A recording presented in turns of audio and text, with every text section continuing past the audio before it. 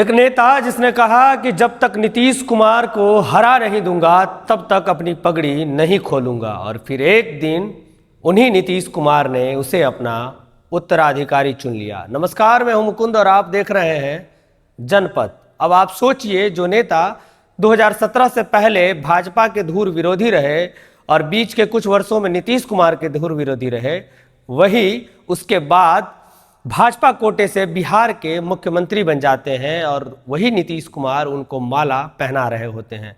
लेकिन यह सब हुआ कैसे? शुरू करते हैं शुरू से।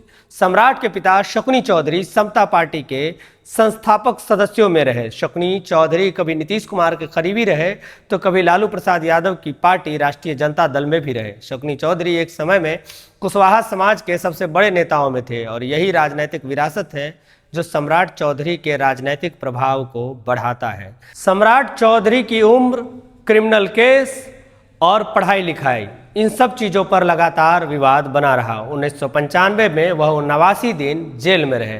इनके पिता शकुनी चौधरी ने 1999 में राबड़ी देवी सरकार का साथ दिया था।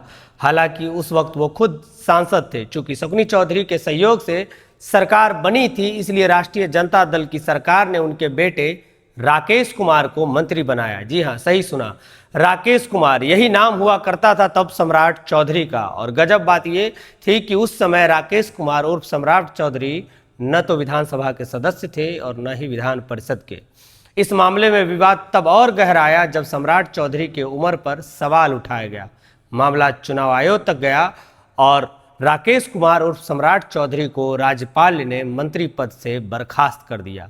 यह मामला भी अपने आप में अनोखा था क्योंकि इनकी उम्र मंत्री पद के लिहाज से कम पाई गई। इसके बाद सन 2000 में वह राजद के टिकट पर विधानसभा चुनाव लड़े और विधायक चुन लिए गए। लेकिन 2005 में वो यही चुनाव जदयू प्रत्याशी रामानंद सिंह से हार गए। 2010 में भी सम्राट चौधरी पुनः चुनाव जीत गए। सम्राट चौधरी की दोबारा से राज्य की राजनीति में जो सक्रियता बढ़ी वह 2014 में, जब नीतीश कुमार लोकसभा चुनाव में कड़ी हार की जिम्मेदारी लेते हुए अपने पद से इस्तीफा दे दिया था और जीतन राम मांझी को बिहार का मुख्यमंत्री बना दिया था। तब सम्राट चौधरी ने राजद के कुछ विधायकों के साथ मांझी का समर्थन किया और नगर विकास विभाग के मंत्री बन गए। भाजपा बिहार में कुशवाहा वोट को साधने के लिए उपेंद्र कुशवाहा से गठबंधन किया, लेकिन इससे भी पार्टी को कोई बहुत बड़ा लाभ नहीं मिला।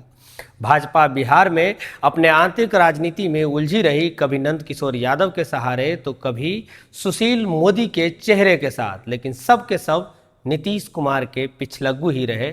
इसलिए उनका और भाजपा का विकास रुका रहा। इसके बाद सम्राट चौधरी ने 2017 में भाजपा ज्वाइन की और पार्टी ज्वाइन करते ही गठबंधन की सरकार में मंत्री बन गए। बीच में नीतीश कुमार और भाजपा में दूरी आती है और सम्राट नीतीश कुमार के खिलाफ खूब वोकल रहते हैं। फिर नीतीश कुमार का दोबारा से गठबंधन में वापसी होती है और सम्राट उप मुख्यमंत्री चुन लिए जाते हैं। 2025 विधानसभा चुनाव होता है और इस बार सम्राट स्पष्ट रूप से बिहार भाजपा का चेहरा बन जाते हैं और विपक्ष के नेता लगातार उन पर हमलावर बने रहते हैं। प्रशांत किशोर तो उनकी हर मंच से धज्जियां उड़ाते दिखते हैं, लेकिन उन्हें कहां पता होता है कि भाग्य का धनी यह नेता एक समय बिहार का मुख्यमंत्री बन जाएगा। सम्राट मीम की दुनिया में भी छाए रहते हैं, कभी हाफी डिफिट बोलने को लेकर तो कभी अपनी नकली शैक्षणिक प्रमाण पत्रों एवं शिक्षण संस्थानों को लेकर।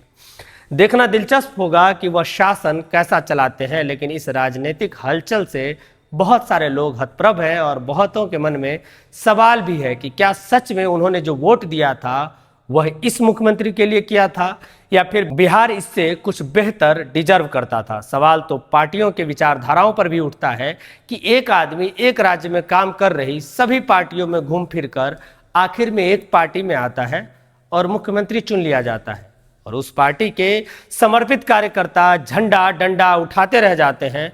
खैर, बिहार की राजनीति के रंगमंच में कभी भी थ्रिल और ड्रामा कम नहीं होता। आने वाले ड्रामे के लिए तैयार रहिए और देखते रहिए जनपद।